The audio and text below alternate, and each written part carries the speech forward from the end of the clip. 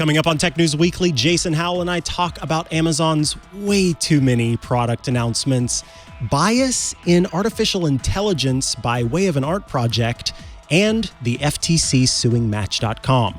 Stay tuned. You're not going to want to miss it. Netcasts you love. From people you trust. This is Twit.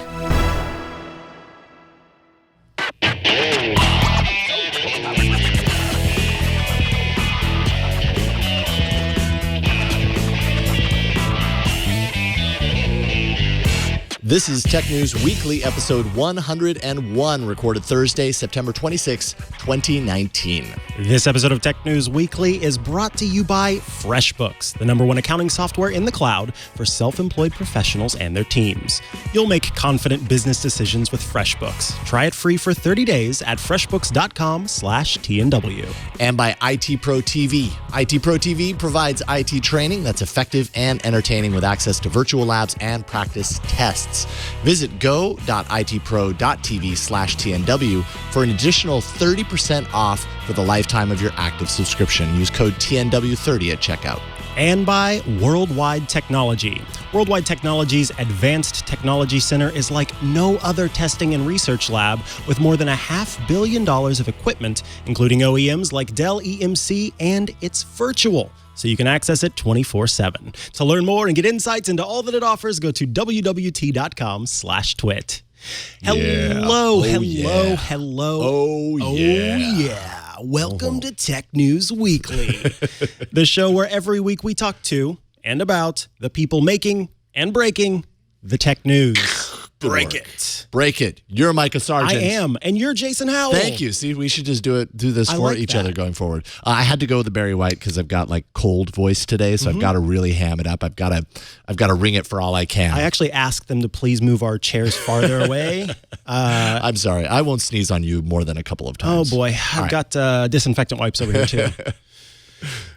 Well, I am very excited. Amazon likes to go big with its events, but not in the same way as companies like Apple or Samsung. They don't go big in their presentation, they go big in the amount of products they unload in a single sitting, and yesterday's event was a prime example of that strategy. Joining us to talk all about all those products is Stacey Higginbotham, host of This Week in Google and the Internet of Things podcast. Hello, Stacey. Hello, everyone. Oh, man, I have to say, first up, last year, the event was overwhelming, and apparently they launched about 70 pieces of news. This year, they launched 80. It didn't feel as overwhelming, but I am still really tired. Wow.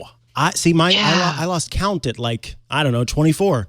I think I was just following products, let alone actual other news that's associated with products, Well, some of the other news items are way more exciting. And for normal people who already have Alexa in their house, it's actually, some of these are going to be more important than like the Echo Dot with a clock. Oh, yeah. Cool, but we should warn people up top. If you're out there and you've got Alexa, you might want to go ahead and hit that mute button because we're going to be talking a lot about Alexa. Good warning. Now, before we get into the other exciting news, because I am very curious to hear what you feel sort of outside of the products was exciting, let's start with the boatload of new products. What is Amazon's sort of strategy here? Because we see other tech companies, they sort of hone their focus and pay attention on 1, 2, 3 products at a time. And Amazon's like, you know what? We heard you liked Amazon products, so we put some Amazon products next to some Amazon products. In literally everything. Yes. Okay, so you have to think of Amazon as a services company, not as a product company. And a lot of people think like, oh, Alexa's a product. Alexa is a platform. It's Amazon's digital assistant platform. And in talking to Amazon, the digital assistant is going to be the mobile web or I'm trying to think, broadband or that sort of thing. It's fully a platform. So their idea, the internet, right? So their idea in hardware products is like, yeah, we'll build it. If you like it, we'll keep building it. If you don't like it, that's all right. They're very much a services-oriented company as opposed to a hardware-oriented company. And you can see this with one of the numbers they shared, which was 85,000. That is how many devices that are out now that have Alexa embedded in it. Whoa. And that is up from a year ago when there were sub 4,000 devices. And what happened is last year, Amazon launched Alexa Connect Kit. And this was like a little reference board with Alexa on it. And you could just pop it in your product and boom, it had Alexa. And that's what, now it's in Christmas tree. I mean, the list was kind of crazy. He just had this like scrolling slide of like Christmas trees, air conditioners, weird toys, that singing fish thing, just clocks, Twerking all of bear. that, right? Yeah. Which, by the way, that's the big strategy. is supposed to come today. Yeah. You're going to get a twerking I'm getting bear? a twerking bear. Well, that's breaking news. Yeah, breaking news. Oh, yeah, the twerking. Okay, they had that out, and I was like, that bear, I believe it is twerking. And this is I'm almost pearl clutching, but I was like, I think that bear is twerking. You almost had to put on some pearls just to clutch them when you saw that. Yeah, I immediately thought, okay, well, obviously, because it was on sale, they were selling it for like $10 or $11. And the thing like moves its lips in sync with Alexa and twerks and does all this. Anyway, I'm very excited for it to arrive today at some point. But I like what you said, the services instead of the like hardware. So is the idea here then, let's just make it so that no matter where you might want to interact with Alexa, you absolutely can? That's kind of the overall strategy? That is the overall strategy. And then the other side to that is, again, think of their hardware products as a service that allows you to use Alexa or Amazon's other products and like buy stuff from them. Mm-hmm. So, things like some of the crazier stuff like Loop or Frames is that you can be like, oh, is that a way to get more of me into Alexa as this new platform? Or is that a way to get me to buy more Amazon stuff? And those are kind of the two criteria I think about. There's probably other criteria like Amazon Web Services. Can I consume apps that are going to be built on Amazon Web Services? Maybe through this particular device. And you'll see we don't often talk about it, but Amazon fails a lot in some of their gadgets. Think about the Fire Phone. Think about that Amazon Look camera that I think is still for sale. So they put out a lot of products that are like people don't really want, or maybe they're just terrible experiences, like the Amazon Auto thing that was just wretched. Now shipping for some reason. Yeah, I don't buy that. No. Anyway. Yeah. But they don't mind. That's not why they're doing this. But with that in mind, do you want to hear what I think was the most popular and well-received item? It wasn't a physical product. It was Samuel L. Jackson on your Echo for 99 cents. For 99 cents, y'all. Oh, yeah. So it comes, I should tell you, for people who are concerned, it comes in explicit and in a clean version. Okay, could you actually explain a little bit more about what it is that you're talking about? Because I certainly am like, yeah, I know Samuel L. Jackson can be on your Echo, but this is basically replacing the standard Alexa voice with Samuel L. Jackson, and there are more celebrities to follow, correct? What a gift. I believe there are more celebrities to come. He was their initial launch. So this is actually showing off one of those services.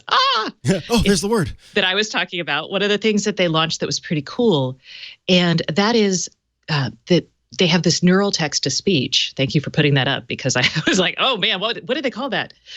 Neural text-to-speech, which Google actually has done in the past with like John Legend. So Samuel L. Jackson comes in and he records some things, but he's not recording everything.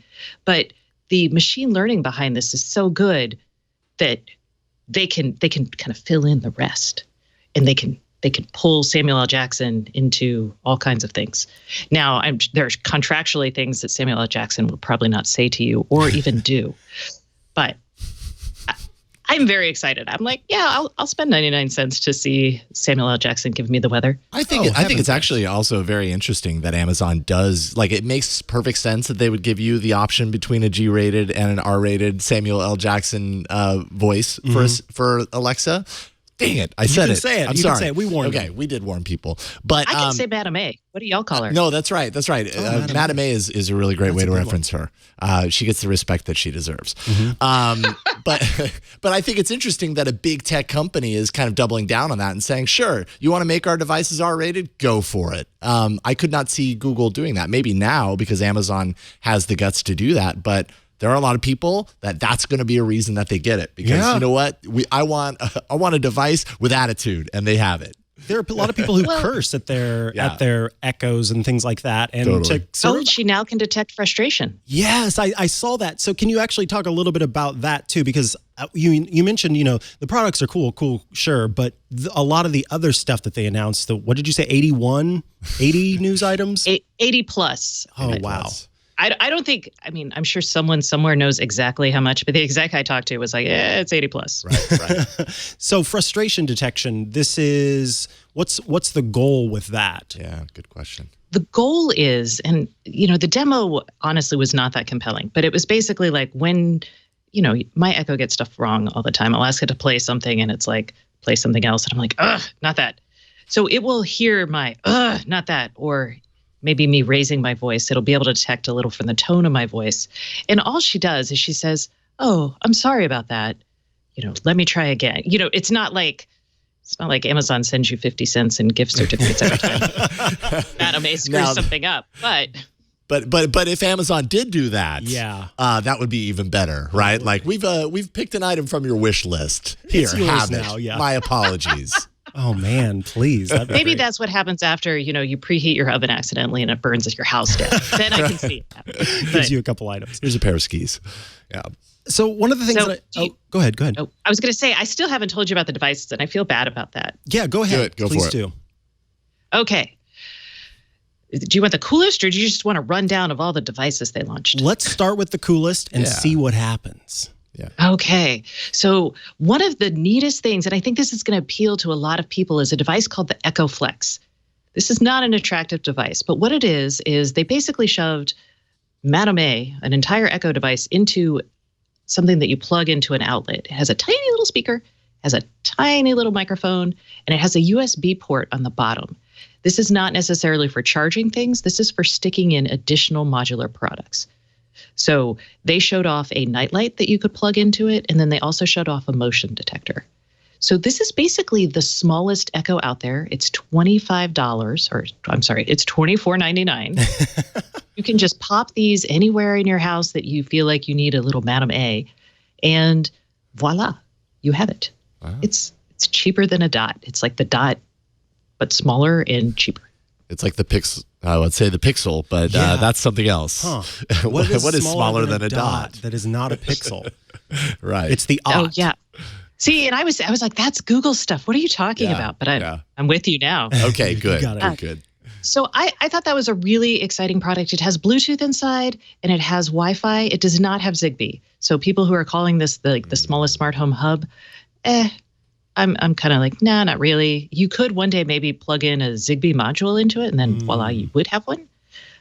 But it's cool to put Madam A wherever you want. Yeah. The other thing, and this is so great, is the Echo Studio. And this is it's $199.99.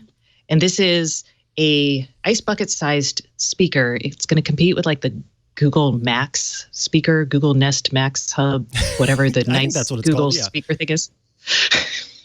But it's cheaper and it's going to compete with Sonos. And it's got... And HomePod, right? Right, and HomePod. It's so competitive. Who's ever heard of that thing? Micah does an Apple show. Yeah, I do. I kind of do. Forgive him. I may have a HomePod at home. That's okay. I just wish right over. Sorry about that, Mikah. That's all right.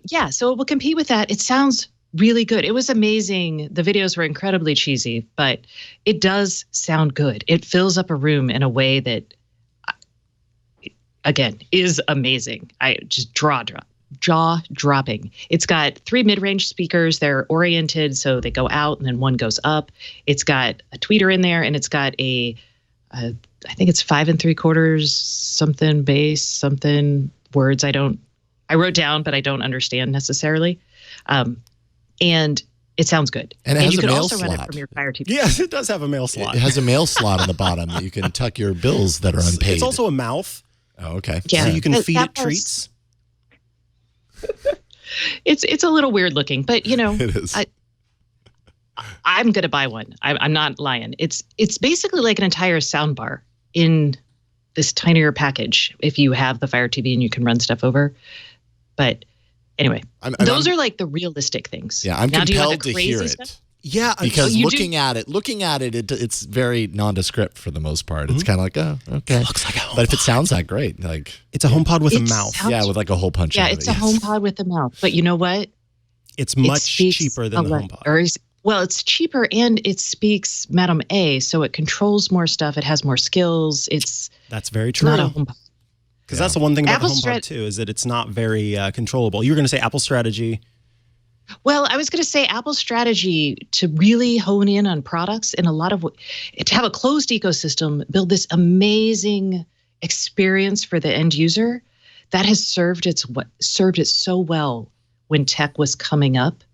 I think as we start embedding tech into more places, Amazon's strategy of throwing crap out there and making it better over time is going to be the winning one because it brings in more players.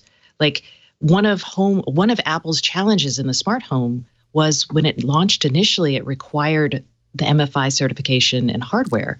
And that really limited the number of people who could, be a part of that ecosystem.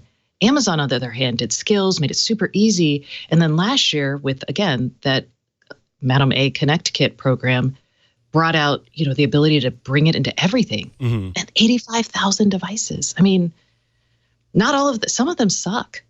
But some of them are really good. And Apple's like, we would never let a sucky device get out. That's not on brand. Right. So I just think it's really interesting to see which kind of strategy will win.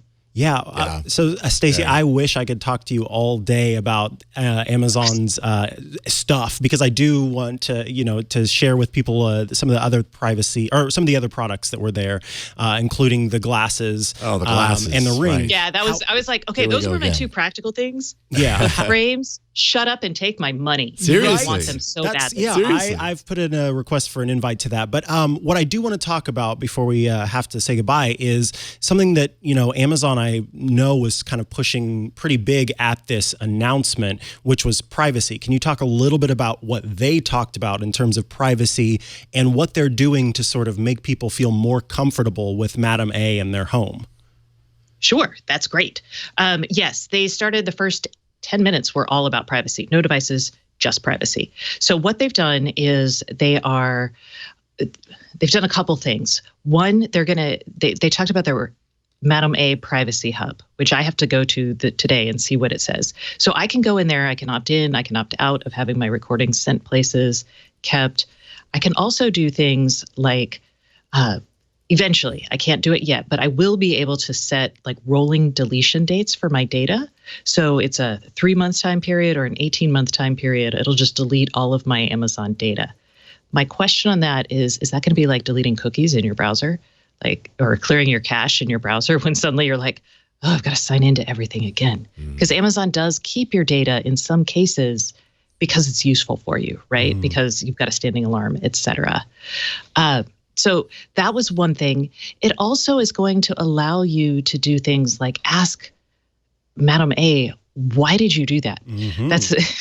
I ask this all the time, and now I'll be able to get an answer. That's good. And this is the idea here is like, if you didn't say her name and no one said her name and suddenly she talked to you or answered a question or started playing music, you can ask why and it'll tell you. Brilliant. I think that's so brilliant. Yeah, agreed. Including there was one where if the music started playing randomly, then Madam A would be like, that's because somebody with this device name started a Bluetooth stream to the speaker. So it's like, whoa, why the music? Madam A is a snitch. Yeah, Madam A is snitching. Wow. It's the new snitch And feature. they also... Oh, sorry. The new snitch feature. I don't think they want you to call it that. They added a physical camera shutter for their new Echo Show device, which was an 8-inch Echo Show. It's like the Mama Bear Echo Show is how I think of it. So you've got that in there. And they've always had a physical shutoff on the micro. It's actually an electronic shutoff. So the circuit inside shuts off the microphone. They've had that forever in all of their Echo devices.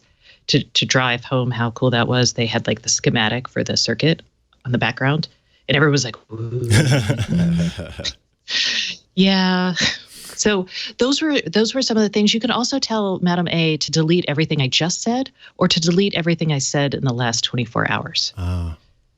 So Yeah, there were, and I'm kind of glad that they started with that, because I think they were kind of realizing that at this point the privacy concerns have sort of reached the mainstream for sure, and so then I can remember my mom saying, that Echo you got me for Christmas, or I think it was for Mother's Day or something. Should I be worried about it? Why did you do that? Yeah, why? Thank you, and why did you do that? And so it's kind of nice to have that, and now I can go to her and say, hey, I'm going to set it up so that every 3 months it gets deleted, etc. Yeah. Stacey Higginbotham, thank you so much for joining us today to geek out with us about Amazon and Madam A. If people are looking to follow you online and learn more about all of this, including your excitement about those Echo frames, where can they do so? They can find me at GigaStacey on Twitter, and they can find me at the Internet of Things. Oh, wait, no. They can find me at the IoT podcast, and they can also find me at StaceyOnIoT.com. Excellent. Well, thank you so much for joining us today. Thanks, Mikah. Thank you, And Jason. Stacey. It was great talking with you.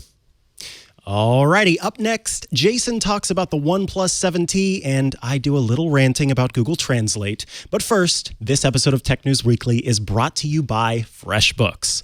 FreshBooks takes the stress out of accounting for you and your team with easy-to-use billing, expense organization, and time tracking all at your fingertips. FreshBooks makes all of your client information easy to update with Client Hub, which saves you time and energy so you can focus on building a lasting relationship with your client.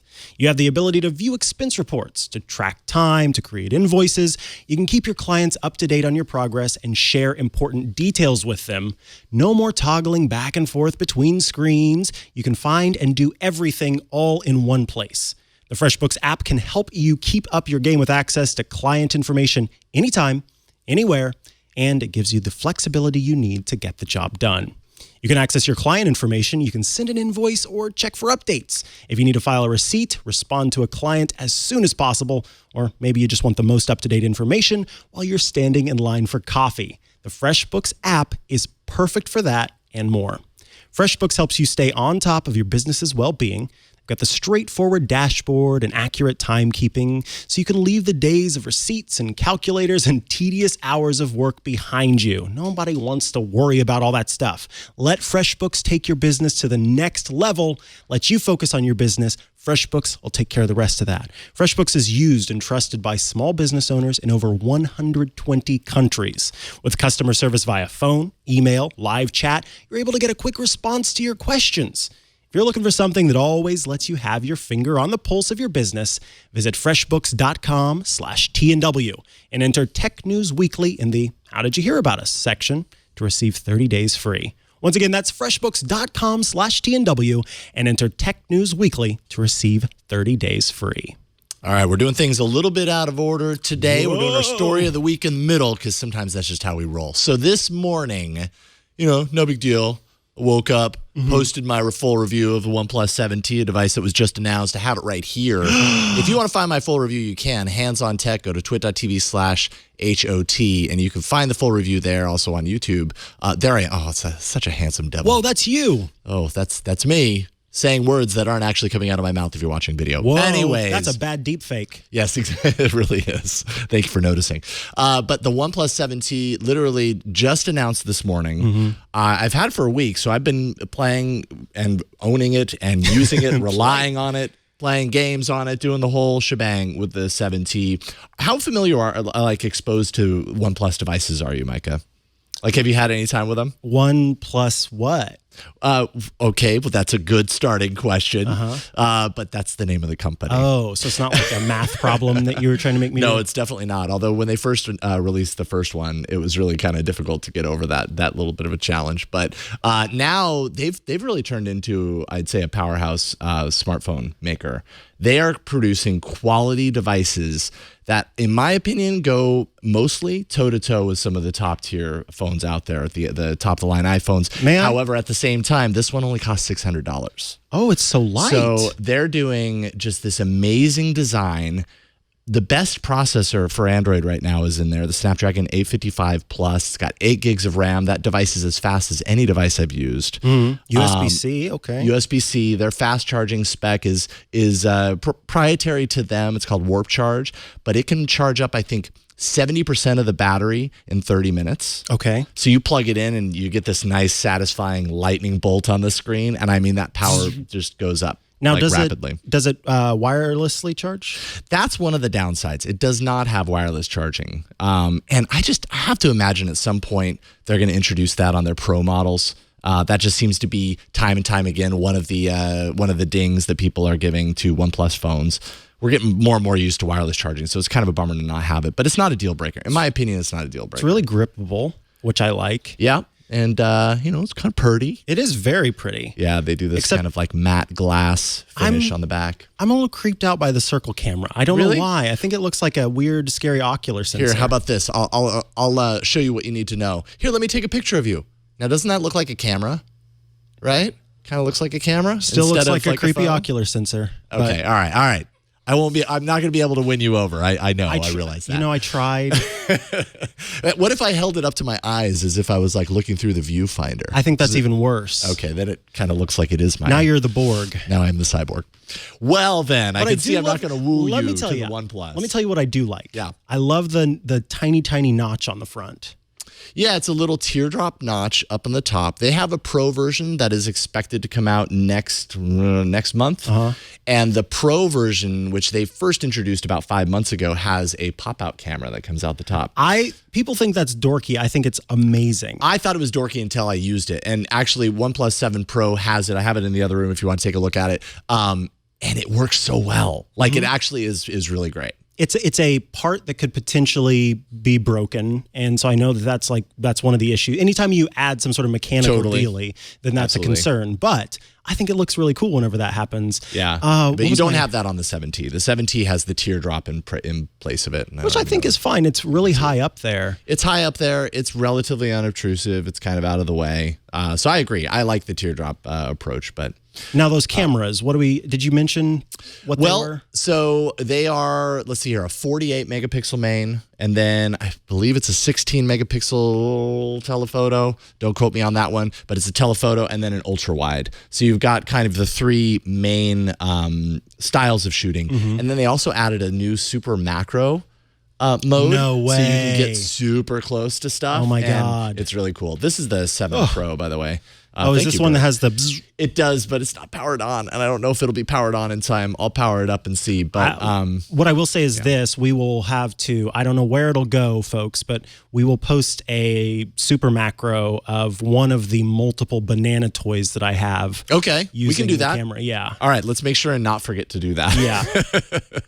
Alexa, remind me to take a macro of a banana. Thank you. All right. And everybody that has a device now has that reminder as well. Exactly. You're welcome. And I'm sorry. So that's the 7T in a very quick nutshell. If you want to find my full review, you can. twit.tv/HOT for Hands on Tech. You can also find it on the Hands on Tech YouTube channel. But I'd say for $600, it's really hard to pass this up. You get a lot of phone for one last question. Money. How do I get into it? Is it face scan? In-display fingerprint sensor, so you can see down there is a little thumb marker. It's hard to do this backwards, but is it sonic? Is it? It is ultrasonic. Oh, sorry. It is optical. Oh. My apologies. It is optical, but it's way faster than the ultrasonic one that's on the Galaxy series. I know that ultrasonic is more safe, but it's also very frustrating to me. So I like being able to actually get in the phone. And it's a 90 hertz display. ProMotion display. Everything all of is that's just Apple. like super swoopy and super nice. swoopy. So what you got for your story of the week? Well, it's not a phone. Let's see. What do I have? Si no deberías usar Google Translate para hacer trampa en tu tarea de español. Definitivamente no deberías usarla para examinar a los refugiados. Okay. Ostensibly, that was good. I understood the first two words. Ostensibly, that says if you shouldn't use Google Translate to cheat on your Spanish homework, you definitely shouldn't be using it to vet refugees. Okay. However, I'd bet that any Spanish speaker could tell you where Google Translate made a lot of mistakes in that, and where I made mistakes in pronunciation, but that's an aside. A new report from ProPublica details how immigration officials are using Google Translate to vet refugees' social media posts. So there's this whole new deal where before we let refugees into the country, if we even do that, they are using social media, looking at their social media pages and trying to see if through their social media they can gain some sort of understanding about the person and see if it's safe to let them into the country. But there's actually, so it's a manual that's from the U.S. Citizenship and Immigration Services page, and it reads, the most efficient approach to translate foreign language contents is to utilize one of the many free online language translation services provided by Google, Yahoo, Bing, and other search engines. There are plenty of language experts and plenty of Spanish teachers, and also Google itself that says, don't use Google Translate to even do your homework if you have it, because Google Translate was never made to replace human translators. Yeah, it's like a rough translation, I would say. Yes. And while it has improved tremendously, even in the last couple of years, Yes. probably, in my opinion, Back when I was doing my Spanish homework, it was not helpful at all. Yeah, But right. now these days, yeah. It's I mean, this kind of helpful. technology has really come a long way. But I mean, efficiency when lives are literally at stake. It just doesn't seem like the right pairing for this. And also, like what it struck me as was that saying, "When all you have is a hammer, everything looks like a nail." In the case of this, like whether the translations are good or not, if they are not, then they become in themselves strange and suspect. And therefore, if someone has a wider ambition to keep people out of the country, that just helps. That helps to that degree to do that. much more to use a tool that is inefficient and inaccurate. Yeah, absolutely. One of the, they talked to several different folks about this, several different people who are, I think there was somebody who was both a cognitive development teacher and a person who studies languages. And the fact is, I probably have tweeted before something weird, like, I don't know, horses are cool. But Hey, whoa. but not on Wednesdays. And it's like, what does that mean? It doesn't mean anything. Yeah. And the point that I'm trying to get at there is that oftentimes we put out on social media things that either we don't mean or things that have a different meaning based on how it's said. And that is being used negatively in these cases to make a difference. I mean, like you said, literally people's lives are at stake, and that's one of the issues here. Now, I want to quote. I'm trying to find where they had. Okay, so here we go. There was an Urdu language post on Twitter, and the person who actually translated it, who teaches Urdu at the University of Pennsylvania, they were talking about their parents. I have been spanked a lot and have also gathered a lot of love from my parents. So they're kind of talking about their upbringing. However, when Google translated that sentence, it came out as, the beating is too big and the love is too windy. Okay, close. Close no, in not some, not close at all. Right. There's a lot of nuance that is lost in translation, quite literally. And a lot of nuance in the way that we communicate on social media versus how we communicate No question. out loud. Again, horses versus other important things. Yes. So anyway, I found this a fascinating read, and basically ProPublica got these documents from the group that is in charge of deciding who gets to be admitted to the United States as immigrants or refugees and who does not. So yeah, that's my story of the week. Interesting. And hopefully they come up with a better way to do this than just to grab free software off the internet. Free software when lives are on the line. I don't know if that's a good combination. They need more human translators, basically. Yes, that's exactly what they need. Up next, a new project explores the biases that are the biases. Is that the right way to say that? I liked biases. That sounded cool. Great. That surface within AI data sets. But first, this episode of Tech News Weekly is brought to you by IT Pro TV, so you can enjoy learning with IT Pro TV's edutainers who blend education and entertainment to make learning IT engaging and fun in an interactive talk show format. Very familiar. If you are a fan of Twit, you know this format, and IT Pro TV does it wonderfully. IT Pro TV has over 4,000 hours of IT training available, and they are the official video training partner for CompTIA. They have 12 CompTIA on-demand courses. That's CompTIA A+, Network Plus, and Security Plus certs. And if you actually want to create your own training videos, this is really cool. IT Pro TV can help you create custom training to meet your own organization's needs. And they help with everything from planning to post-production. You can choose the services that you want and then execute on your video strategy pretty easily. You can bring your own host even, or use one of IT Pro TV's if you like. If you have an affinity for a host, bring them on in. Pick from multiple HD studios that include HD robotic cameras. There's DMX, dimmable LED lighting, overhead talkback monitor, direct live streaming system, and so much more. You literally have a studio in the palm of your hands. Whether you're new to the IT field or a seasoned pro, IT Pro TV's online IT training courses can change your life. So you can become part of IT Pro TV's family with either a standard membership, video only, or a premium membership that's video and labs and practice tests. Don't wait. Visit go.itpro.tv/TNW and use code TNW30, and you're going to receive 30% off. That's go.itpro.tv/TNW. Make sure and use code TNW30 for that additional 30% off for the lifetime of your active subscription. IT Pro TV, build or expand your IT career and enjoy the journey, and we thank them for their support. Artificial intelligence and bias have a complicated history together. On one hand, AI is touted as the answer to so many barriers in tech. And on the other hand, it's hard to predict where it might go if left unchecked. Anyone who remembers Microsoft's Tay AI experiment back in 2016 will recall just how biased and, air quotes, bad AI can get and how quickly it can happen. A new art project called ImageNetRoulette seems to walk on similar ground as the Tay chatbot, but intentionally so by comparison. And joining us to talk about it is Cade Metz, who wrote an article for the New York Times on the art project. Welcome, Cade. Hi, thanks for having me. It's great to have you here. Really appreciate your time. So first of all, what is ImageNetRoulette? Why was it created to begin with? It is, as you said, an art project. This is specifically designed to call attention to this problem of bias in AI and get people talking about it. And it had the desired effect.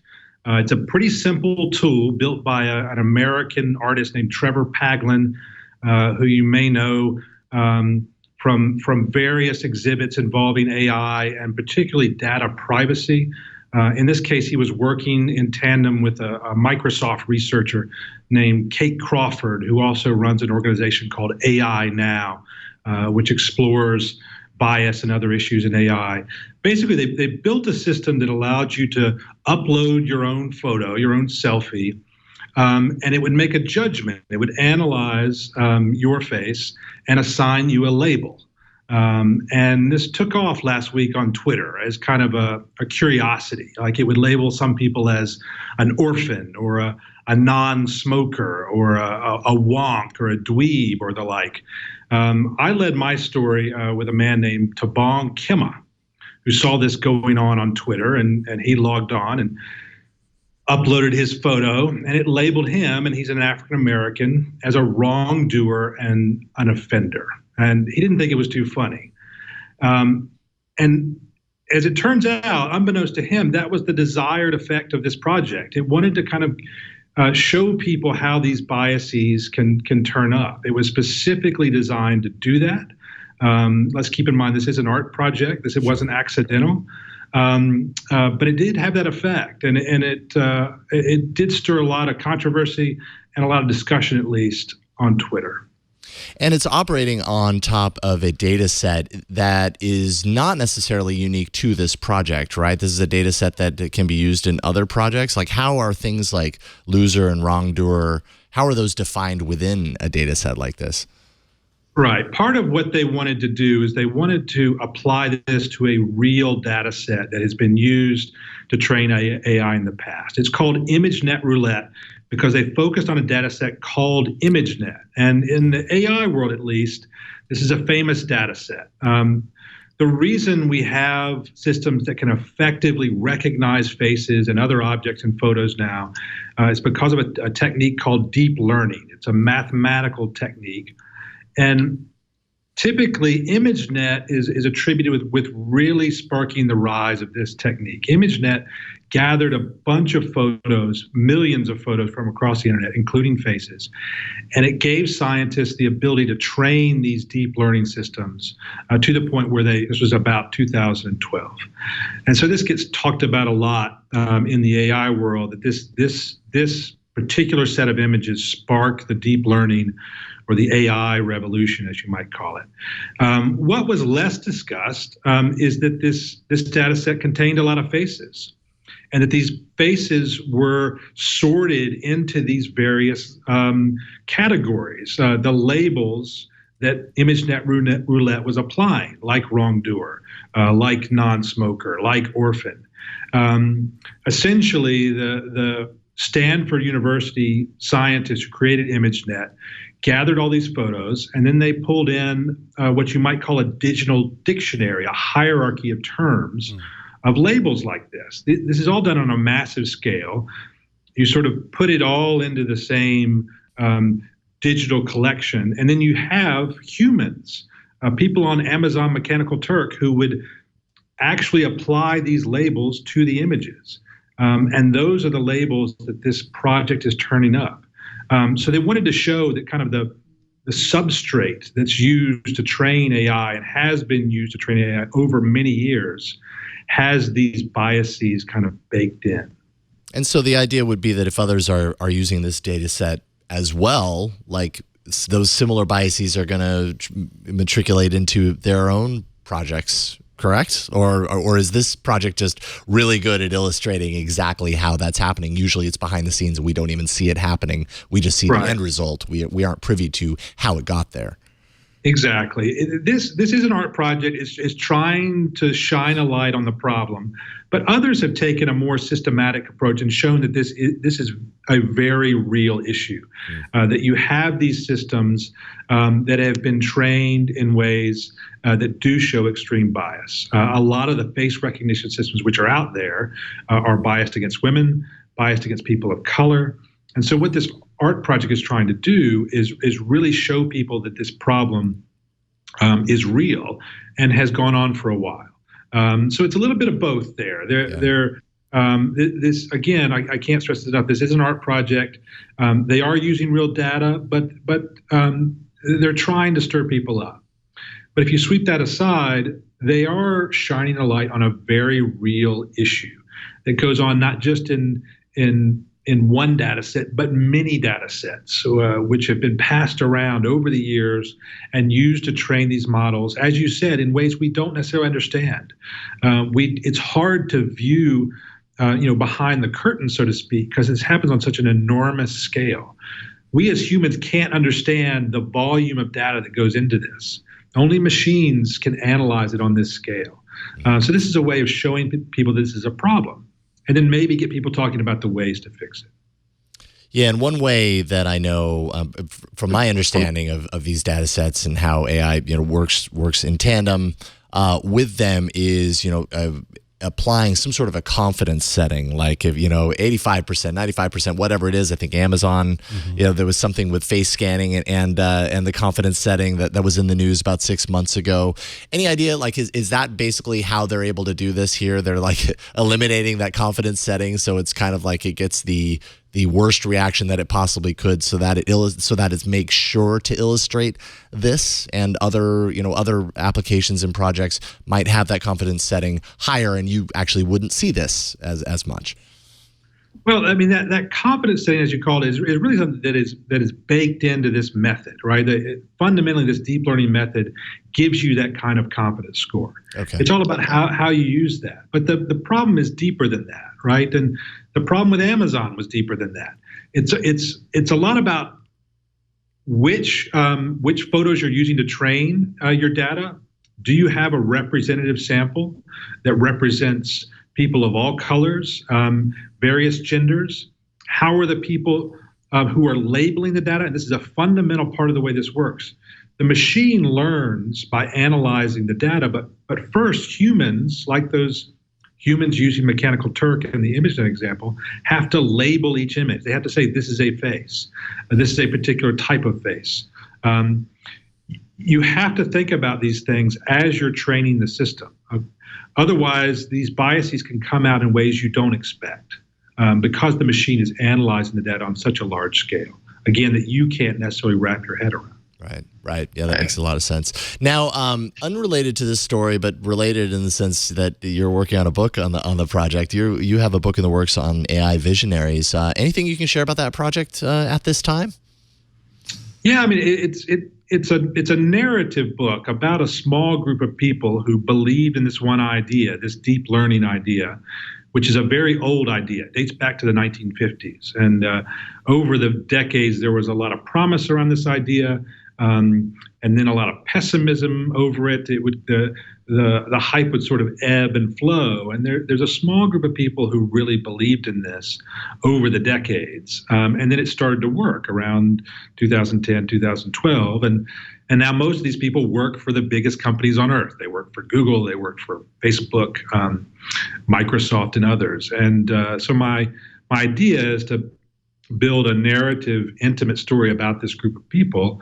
And then you can layer the bigger ideas, some of which we've been talking about here, on top of that. How this one idea is changing so many different technologies. It's not just image recognition; it's speech recognition, machine translation. This same method plays into driverless cars. I could go on, but the best stories are always told through people. So I'm trying to tell this one through the people. Right on. Sounds very interesting. We'll definitely. I'll definitely be keeping my eyes posted for that. Cade Metz, writing for the New York Times. Where do you want people to follow you online if they want to follow your work specifically? At the New York Times site, I'm on staff there, or on Twitter at Cade Metz. At Cade Metz. Thank you so much, Cade. Appreciate your time today. Appreciate it. We'll talk to you soon. Thanks. Hey, up next, the FTC is investigating Match.com for allegedly connecting its users to fake accounts to boost subscriptions. But first, this episode of Tech News Weekly is brought to you by Worldwide Technology. WWT began building their Advanced Technology Center, that's ATC, 10 years ago, and it has grown exponentially. It's like no other testing and research lab. In fact, the lab contains more than $500 million in equipment from hundreds of OEMs and key partners ranging from heavyweights like Dell EMC, VMware, and Intel to emerging disruptors like Tanium, Equinix, and Expanse. WWT is a trusted partner who stays with you over the years.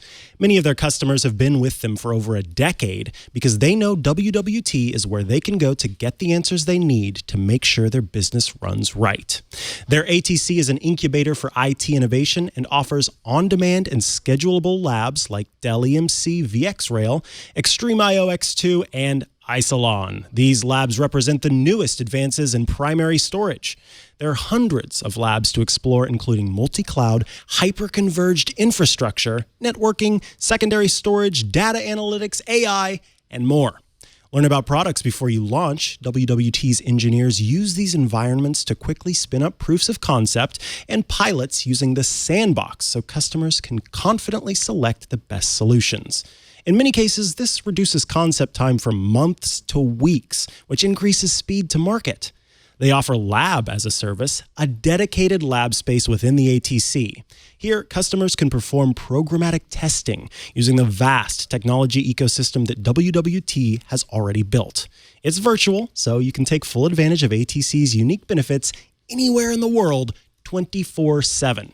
WWT engineers work in these labs every day, beta testing new equipment and building reference architectures and custom integrations to help their customers make decisions and see results faster and with much less investment. The time is finally here. WWT has launched their new digital platform encompassing the ATC ecosystem. This ecosystem creates a multiplier effect of knowledge, speed, and agility anytime, anywhere around the world for their customers. Get access to articles, to case studies, to hands-on labs, and other tools that make the difference in today's fast-paced world. To learn more about WWT, the ATC, and to sign up for access to their new on-demand lab platform, you can go to wwt.com/twit and create an account today. WWT simplifies the complex. That's wwt.com/twit. WWT, delivering business and technology outcomes around the world. All right. The Federal Trade Commission is suing Match Group Incorporated, the company behind popular dating site Match.com, and charging them with deceptive practices dating back to 2013. Joining us to discuss the complaint is Ashley Carman, who wrote about the story for The Verge. Welcome to the show, Ashley. Thanks for having me. Absolutely. It's great to get you here. Thank you for your time. So first things first, what are the specific claims that the FTC has or is making about Match.com's business practices exactly? It's not just one thing, it's a few things, right?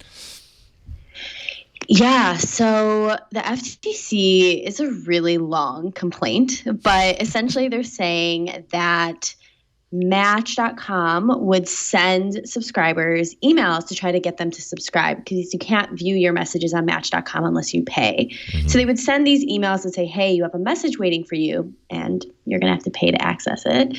And oftentimes, according to the FTC, these emails that were sent referred these people to messages that were actually sent by fraudulent accounts, scammers, just spam, all sorts of different things.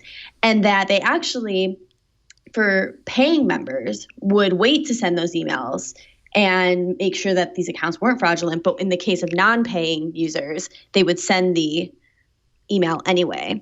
So they say that.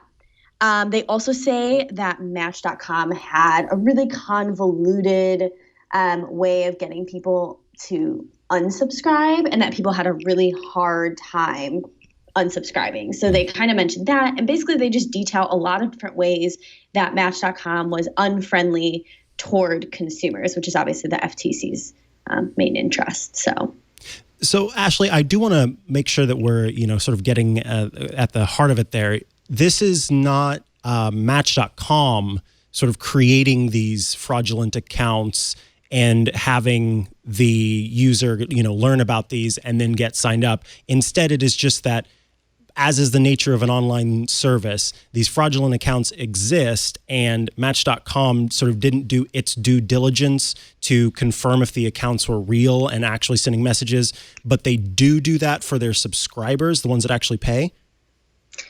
Yeah, so the FTC is saying that this is not a Match.com creation. These are real fake accounts. Real fake, right, yeah. Yeah, but they're basically saying that for non-paying users, they would get that email notification about a new message, potentially from a fake account right away. Whereas for subscribers, they might wait a day to send that email to allow their fraud detection program to kick into gear. So basically, they kind of are suggesting that they treated non-paying users as sort of second class and connected them potentially with fraudulent accounts just because they weren't paying. And it was like, well, we want you to pay. Okay.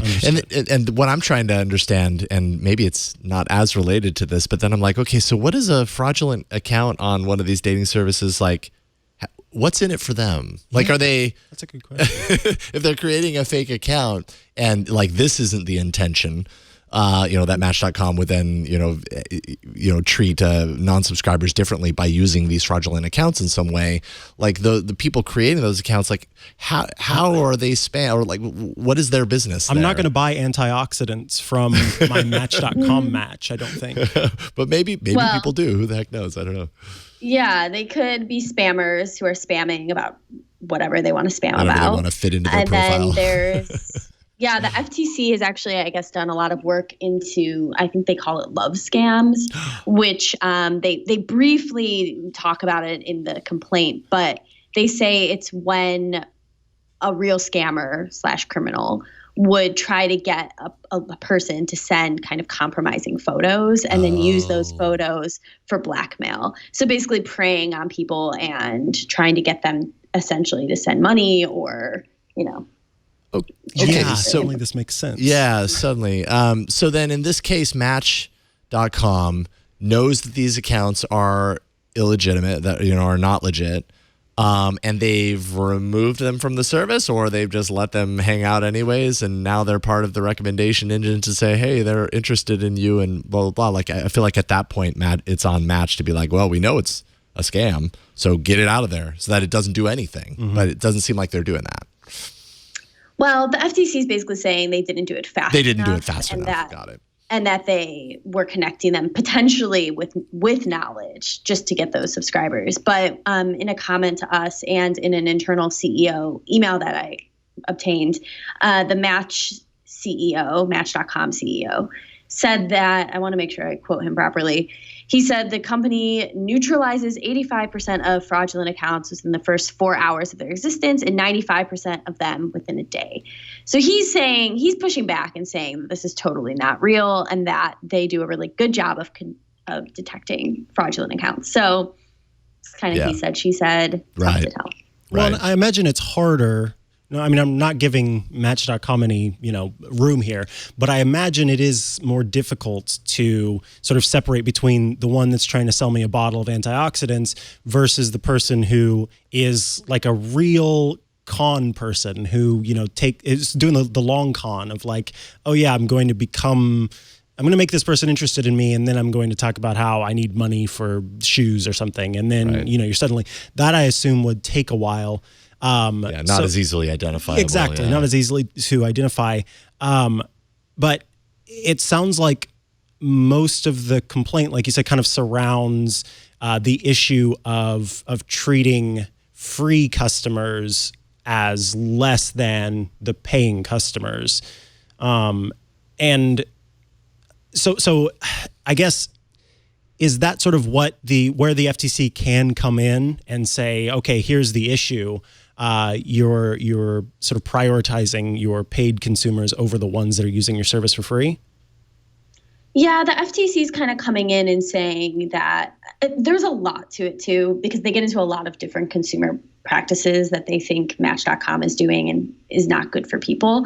So really the FTC is coming in and saying, one, you're going to unreasonable heights to try to get subscribers, and that's not okay. Yeah. And two, when these people call you out for these practices, you need to be nice and cancel their subscription, because I guess the FTC says that people would reach out when they got connected to a bot or something, and they would say, hey, I paid for this email connection and there's a bot or the account's already deleted. So why did I even pay for this? And that Match sort of was like, oh, whoopsie, and like didn't give them their money back. So that's sort of what the FTC is saying.